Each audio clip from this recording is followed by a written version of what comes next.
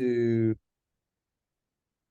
and we'll chop this up. I'll go through, kind of pick out some things. We'll send it to you before we ever use it. Okay. But I want you just to introduce yourself. Hey, Dr. Brian Troop, Superintendent of Ephrata Schools. Just a brief intro, because we'll use that. And then we'll just go through a series of questions and then let you kind of talk about anything that you think is like would be valuable for superintendents as well. So go ahead and introduce yourself real quick. Okay. Hi, my name is Brian Troop. I'm the superintendent at Ephrata Area School District. I'm in my 11th year in this position. All right, perfect. So, Dr. Troop, from a strategic standpoint, when it comes to coaches and extracurriculars, what is the value of investing in our people that are leading our kids when it comes to extracurriculars specifically, whether it be sports, band, whatever? Yeah, well, I think there's a level of intentionality when it comes to any program that you're responsible for running, and I think in dealing with extracurriculars, they need to be valued, and their place within your overall program needs to be made clear to everyone involved in it. You can't expect your coaches, your band directors to read your mind. And if you're not a district that elevates its mission or that has clear goals for what it wants from its extracurriculars or what it believes is the role of extracurricular activities in serving students, maybe that's a good place to start. So making sure that the vision is clear about, like in our district, we believe that most of the lessons we want our students to learn that are most valued in life are probably best learned through experiences. And we have an opportunity with our extracurricular programs to create the exact experiences we want our kids to benefit from. So they do better than the classroom in a lot of ways in teaching kids the things that are valued most in life. Certainly the academics are going to get them maybe to the job or into the college, but how they're going to be successful and differentiate themselves is going to be through teamwork, problem solving, creativity, adapting to resources, resilience, and grit. I mean, setting a goal, working towards it, getting derailed and getting back on track. I mean, those things happen every season. Every extracurricular opportunity that we give our kids, we count as another opportunity for them to develop as future contributors to society. Man, so good. So good. I want to piggyback off that because that kind of segues in, and Sure.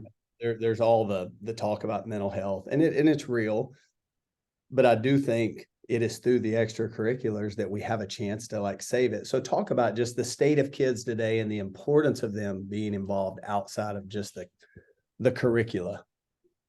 Sure. I think the mental health epidemic that we're having, or the challenges that we see more and more, one of the ways to remedy that, and one of the I think one of the causes is a lack of belonging. So when we focus on belonging and making sure that everyone in our community feels connected and a part of something bigger than themselves, something that's valued, something that is important, the more we can make every day at school feel like a home game for them, that they're welcome just as they are, and they're valued, respected members of a community, whether it's a classroom community, the school community, a team, a band or orchestra. I mean, anything like that. That adds to the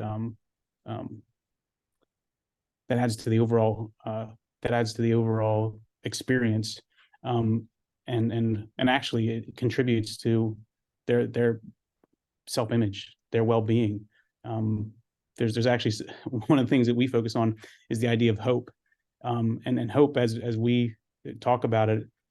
So hope is it's actually, you can talk about it as far as like a GPA, goals, plan, and then agency. So students and humans, any humans actually, I mean, are more hopeful when they have a clear goal, when they have a pathway that they believe will get them there, and they feel like they can make progress on that goal. They have agency. They feel like they can make progress. All those things are elevated when students feel like they belong. They set higher goals for themselves. They see more pathways, and actually pathways after detours are put in their way to get to that goal. And because they're a part of a group, part of something bigger than themselves, they feel more empowered.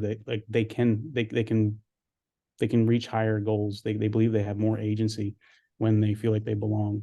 So the whole mental health thing, I don't mean to minimize those struggling with serious mental health issues, and they need the serious attention that it deserves. But we're not going to counsel our way out of the situation we're in as a school district. That's the manpower is not there to do that. I think we can culture our way out of this situation by just making sure that we're giving all the belonging cues, using names, making eye contact. I mean, just the little things that we can start with, and then having regular opportunities for kids to share how they're feeling, share their reflections on experiences, talk them out transparently with someone who cares about them, with their teacher, their guidance counselor, sometimes peers. All those things contribute to an overall recipe for belonging that we think is going to have. It's going to be sort of an antidote or an immunization towards the pitfalls that everyone encounters in life, and we want to coach kids through that while we have the safety net of school around, so that when they go out into the real world, they're ready to handle them more independently. And so bringing that back to like the extracurricular programming and everything that we invest in those experiences for kids, those are key groups, environments, families that they can belong to, that are working towards a common goal. And man, you have a bad game as a team, you go through all the feelings associated with that, and you come together as a team and come up with solutions. And hey, what are we going to do different in this situation? If the defense acts this way, what are we going to do, with the ball, and what are we going to do in response to that? Those are the same things that kids will in life with their families. Hey, this illness is affecting our, someone's father or someone's mother, and how are we going to respond to that? Oh boy, that's really, we're going through emotions. We're pulling each other up.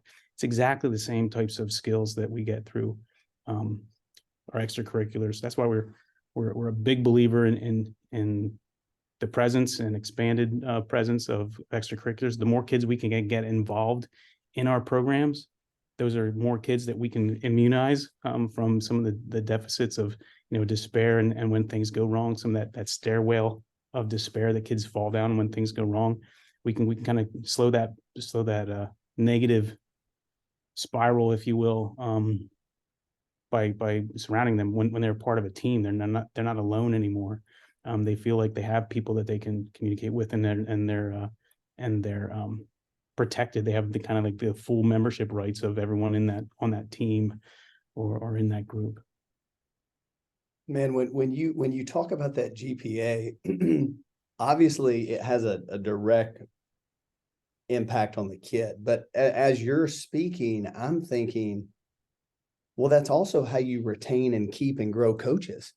Because if they feel like they're a part of a group and there's a pathway and there's agent, like, exactly. So speak to that. Like, how does that play into the retention and development of coaches? So, because I think it's something that used to be present. I don't even know that it was manufactured. I think it was just there because of limited distractions. Like, you went to school, it was this is who you hung out with. These were your coaching buddies. Like, you didn't have a cell phone to be distracted by. But in today's world, we're more divided. And so in a school system, being able to create some of those things, even for your adults, I think is super important. And so the value of investing in them as people. Sure. So we have coaches who are teachers, who are part of our faculty and highly invested and are leaders among our employees. And then we have coaches who are coming from outside, and their only interaction with the district is coaching an assistant coach on that cross country team, or assistant coach or assistant band director. They have just a very small one. So making sure that everyone who's a part of that group shares in that identity, and not just in the identity like, hey, we're a part of this district, but we serve a role within this district. We're contributing to the end goal for all kids for the district. So bringing them in to regardless of their position into that organization in a way that their voice is heard, valued, that they're respected, that they're valued in what they're providing for our kids, and that they are a part of every kid that walks across that stage and enters into the world as equipped for life as we can make them. And knowing that maybe they served, what they think is a very small role, they could have impacted kids in ways that we'll never know, that are impossible to measure, but are going to contribute to them. So elevating that reality in conversation with coaches on a regular basis, that's the only way that I know of to really make sure that they understand that, and that they see themselves as members of that coaching community, of serving a role that's super important in preparing kids for the challenges they'll experience in life. So, pointed question, why a better way at Ephrata Schools? This is one of those programs when Hold on. Can I call a timeout? Yeah. Just for selfish person, can you say a better way? Yeah. Thank you. When I first learned about A Better Way Athletics, I was immediately had a little bit of anger because why didn't I think of this? Was the thought that went right into my head as a former athlete, as a former coach, as a former principal. A lot of my world was about developing humans, helping to serve others and make them better versions of themselves. And when I think about the opportunities that we like to provide our students at Ephrata, and how much we value the extracurricular world and what we can do to develop the skills, not just the content knowledge, but the skills and dispositions that are valued in life. How did we go this long without trying to align the parents, the coaches, and the student athletes all under the athletic director? Like, how did we not think about the importance of alignment of values, beliefs, judgment, perspective? As a parent, you can't know what the coach is thinking. You can't know what it feels like to be that athlete, even if you were in that sport as an athlete. That's a different human being that you're raising, and they have their own thoughts, and they need to be valued as separate. So how do we get everyone who cares about that student athlete's well-being, not just their athletic performance, but their well-being as a growing young man or woman? How do we get the people that care the most about them on the same page? And we kind of think that that's happening, but it was a blind spot. It was a blind spot in my mind and in my district. So when we got a chance to start getting our coaches some experience and inviting some parents in to kind of look at the way that they could respond in situations and consider what the coach is responding in situations, and then both deal with what the student athletes experiencing in those situations. It just elevates the success rate.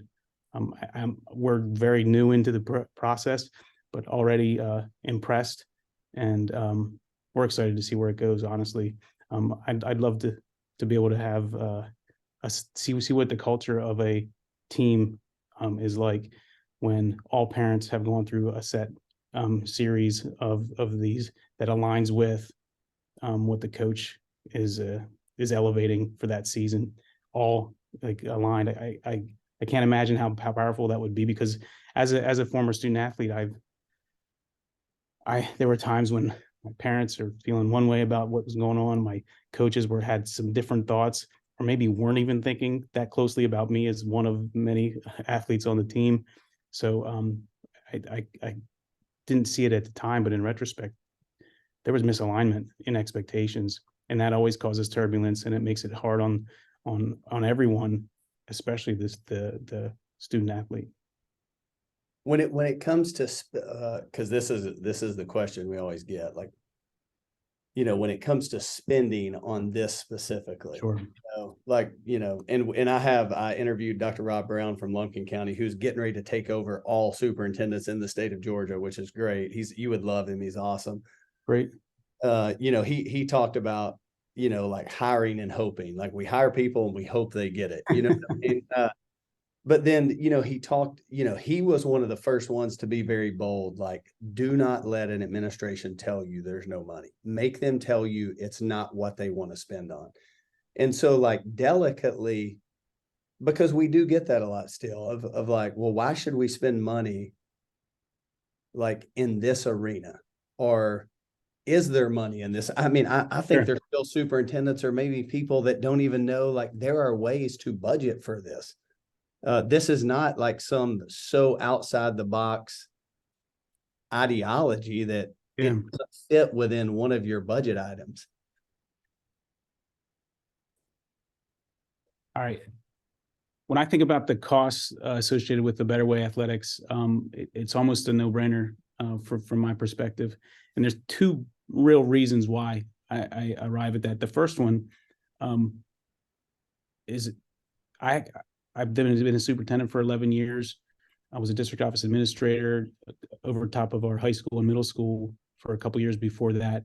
And I can't think of one year when I did not have at least one, probably 3 or 4 issues that came out of student interactions under the supervision of coaches, something that happened at a game, something that ended up with being a personnel matter that involved lots of investigation time, that had turbulence for our parents and miscommunication and hurt us in the reputation within our community among some groups. There has never been a year in my 11 years plus 2 or 3 more as assistant soup where I wasn't spending time in an investigation, looking into situations, interviewing all those involved, along with my high school principal, my athletic director, and the rest of administration. So if I could avoid or cut them in half by eliminating what I see as the main obstacle, the misalignment of programs, of what parents expect from programs and what our coaches are providing, that misalignment causes a lot of those issues. So if I can eliminate 1 or 2 of those every year, the cost of the program of the education is easily pays for itself just in lost administrative time. But that's not the main reason why I think districts should be a part of a Better Way Athletics. The overarching reason for us is we want improved extracurricular programs. We think extracurricular programs are some of the things that keep our kids in school, and they have probably the best opportunity to teach some of the highly valued skills and dispositions, more so than even in the classroom, because it's such a real life, authentic experience for kids. It's a playground for life. Everything, there's adversity, there's success, there's mistrust, there's trust, there's hard work and dedication, and the results that come from that. All those things. But yet we only have about 30% of our population involved in those extracurriculars, in athletics in particular. So if we can expand those programs because the programs are better run, more aligned with our expectations, they're more positive experience for students, parents, and our coaches, we can expand the involvement in our extracurriculars. And with involvement in any extracurricular comes an increased level of belonging. That's a whole nother group, another team, another community that they're a part of. And we know how important belonging is for all of our students, for all their well-being, their mental health, how they're interacting, how high they set goals for themselves.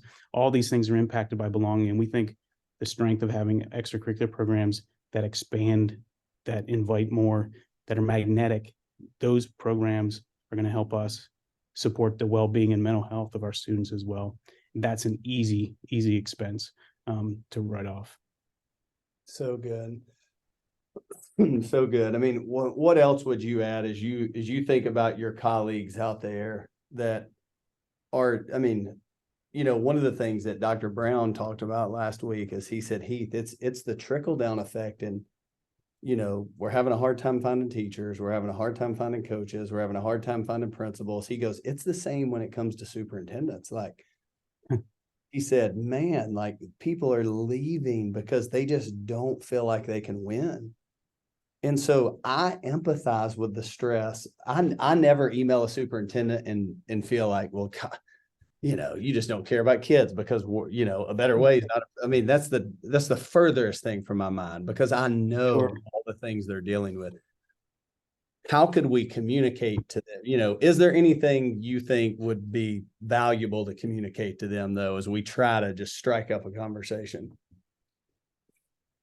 Well, I don't know if folks, I mean, I can think back.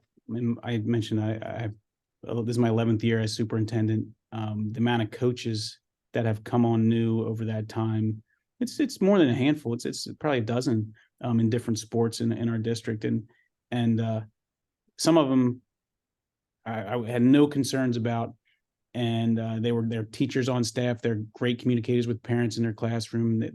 They're like on the list of future principals. Like those are the people that we learn from, and where they are added benefit to be a coach as well as an educator. Then we've had some that great people know the X's and O's of the sport. They're working in construction or they're working outside of education. They're not used to dealing with students or the parents of students.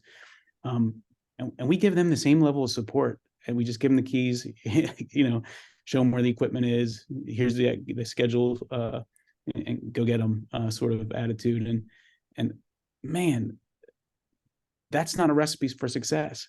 That's a roll of the dice. And you kind of count on them to figure it out on their own and do some, I mean, they learn from mistakes. Well, we don't have to learn from mistakes over and over every time we hire a new coach.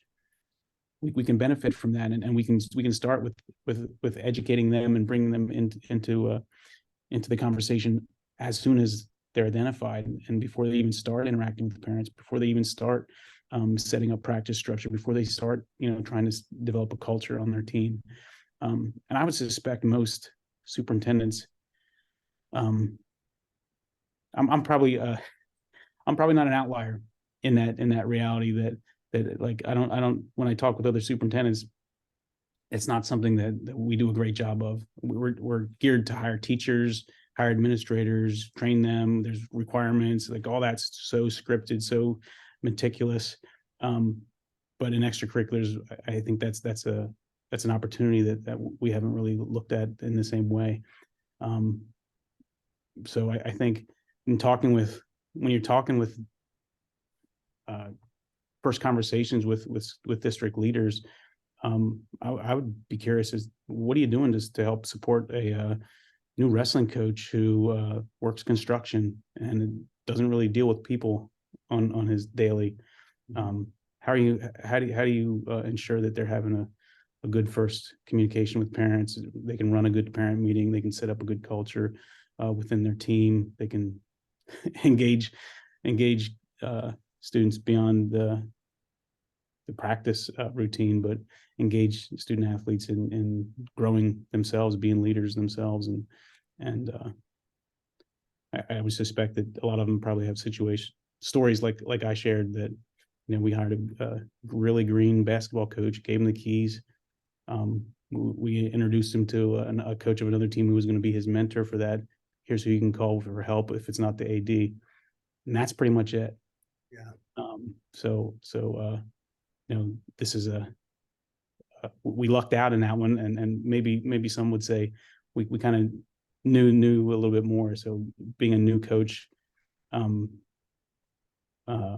without having any other background in coaching is a whole different scenario than someone who's coached someplace else, but new to us.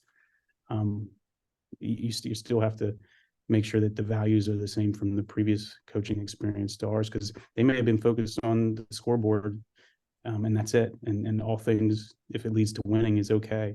We're not like that in our district, and we think we have a bigger responsibility when we take on kids in extracurriculars. Yeah,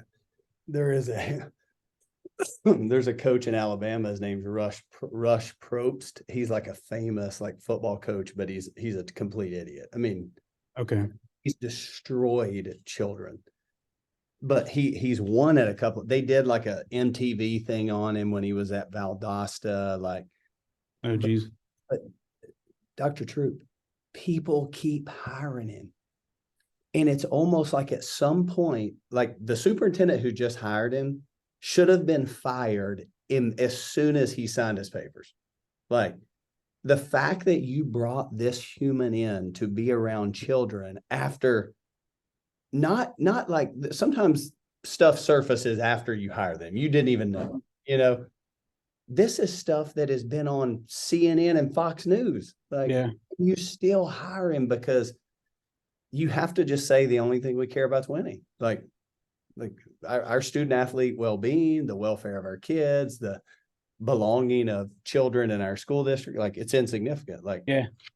Yeah, that always boggles my mind. And there's the smaller versions of that. You know, I'm sure in every little region across the country, of the coach who, because I think there's like, enriching. There's maybe three buckets of coaches where you have those that add to the success of the team. They also add leadership aspects. They add, service, community. Like they add something to it beyond just running a nice program. And then you have those that they're just going to run a nice program. They're going to do adequate work with parents. They're going to adequate work. They're not trying to grow leaders and grow citizens, but they're trying to good student athletes, which is fine. That's good. Yeah, sometimes those are great. Yeah, they're civil with each other. Yeah. They're professional. They communicate appropriately. But then you have this bucket of those they're like not just not civil, but they're almost criminal. Like how they're interacting and things that they're doing and stuff they're setting like the wrong example. Yeah. Like you can set no example, you can set a good example, or you can set the wrong example. And the wrong example, I mean, it doesn't take very long for kids to sniff that out. And you'll get numbers dropping in your program. You'll get kids in that program acting like the coach or the individual. I mean, that we have to be so careful about who we put in front of kids, because whether we intend to be role models or not, we're being watched. Yeah. Adults in systems that serve kids are watched. You can't be inconsistent out of the like after 3:05 when the contracted day ends. You can't be somebody different out there and think that that's not going to affect in here. And for coaches, sometimes it's tough when there's probably some kind of study out there that shows like the bigger the ego, the more likely they are to not be those coaches that are trying to enrich. They're trying to enrich themselves at the cost of the kids. Yeah, it's so unfortunate that I feel like there is, and I'm gonna stop recording because I don't. Sure.